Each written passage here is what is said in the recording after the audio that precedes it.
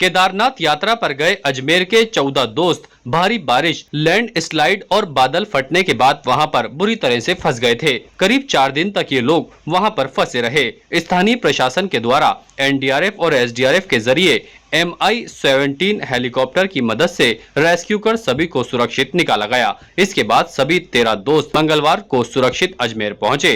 अजमेर पहुंचने के बाद सभी यात्रियों के परिवार वालों ने राहत की सांस ली और भगवान का आभार प्रकट किया। इसके साथ ही उन्होंने उत्तराखंड सरकार और वहां की टीम का भी आभार जताया। उन्होंने जब वहां की आपबीती सुनाई तो वह काफी भयावह थी, क्योंकि जिस तरह से वहां पर बादल फटने और उसके बाद यात्रियों के फंसने का सिलसिला जारी है, उसे सोचकर भी आप घबरा सकते हैं। क्योंकि जिस तरह से ये 13 दोस्त वहां पर फंसे हुए थे, 4 दिन तक उन्हें खाने पीने की भी समस्याओं का सामना करना पड़ा। इसके साथ ही जो दृश्य उन्होंने देखा उसको बयान नहीं किया जा सकता। 13 दोस्त सकुशल अब अपने घर लौट गए हैं। इस मौके पर परिवार के साथ मिलकर उन्होंने खुशियां साझा की। हम सभी लोग मित्र केदारनाथ गए थे।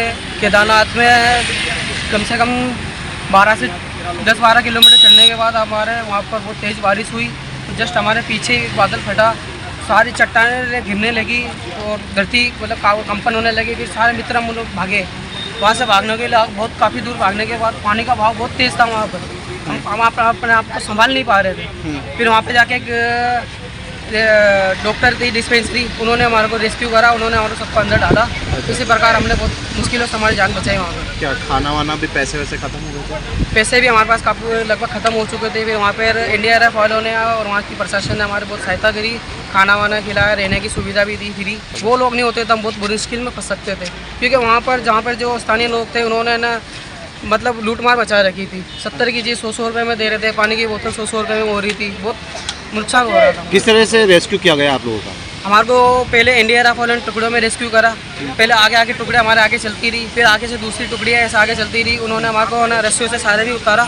रेस्क्यू बहुत अच्छा करा एनडीआरएफ वालों। यहाँ पर ये हाल थे कि जैसे हम 31 तारीख को जैसे हम चढ़े और जैसे ही हम आधे रास्ते तक पहुँचे, 4 किलोमीटर दूर था मंदिर, और 31 तारीख को 8:30 बजे बरसात जैसे ये आ रही है ऐसी स्टार्ट हो गई थी। फिर जैसे जैसे स्पीड बढ़ने लगी और उसके बाद में 2013 का मंजर था कि कमर के ऊपर तक पानी आ गया था। हमारे टीम के जैसे 5-6 जने आगे थे, 7 जने हम पीछे थे और एक जना मंदिर ऑलरेडी पहुंच चुका था। पर बीच में जो 5 जने थे वहाँ पर चट्टानें गिर रही थी, तो वो सेफ जोन देख के वो रुक गए। और हम थे जो हमारे बहरे थे ना जो लड़के, तो हमने एक बार एक चेन बनाई और हम सबको एक जगह इकट्ठा करा मैंने, और एक वहाँ सरकारी डिस्पेंसरी थी, हम दोनों सबको 7 जनों को लेके डिस्पेंसरी में रुके। वहाँ पर उनको ठंड लगने की वजह, बारिश का पानी इतना ठंडा था कि हमने उनको एक जगह रोका। रोकने के बाद हमने ये बोला कि अब कपड़े चेंज कर लो, क्योंकि बारिश रुकने का नाम ही नहीं ले रही। जैसे जैसे 10:30 बजी तो बारिश थमी, तो उसके बाद में हमने सुबह उठ के दर्शन करे। दर्शन करने के बाद हम नीचे उतर रहे थे तो हमें पता नहीं था कि इतनी तबाही मची है। फिर जैसे 2-3 ब्रिज टूटे हुए थे ऊपर की तरफ, फिर नीचे आते गए तो पूरी रोडें रह दी। फिर वापस हम ऊपर चढ़े, क्योंकि हमें बोल गया कि आपका रेस्क्यू होगा, रेस्क्यू ऊपर मंदिर से होगा।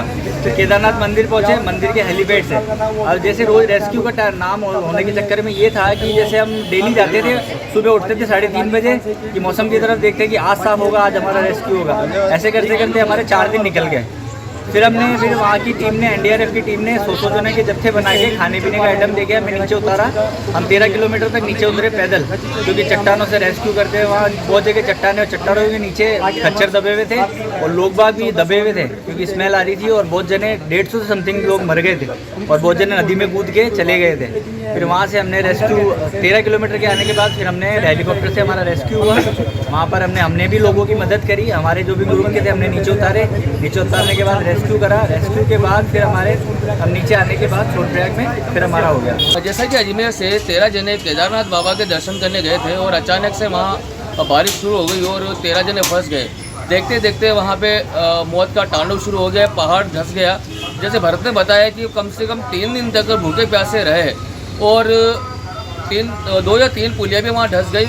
और ये कम से कम आधे यहाँ तक पानी भर गया था और बच्चों ने बड़ी मशक्क़त की और कोशिश की और यहाँ तक अजमेर की टीम ने कई लोगों की जान भी बचाई।